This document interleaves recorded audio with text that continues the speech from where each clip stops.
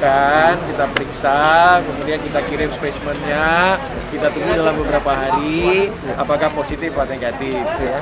Jadi sebelum ada hasil swab yang kita kirim ke Balitbank di Jakarta, kita perlakukan merawat pasien ini sebagai suspek.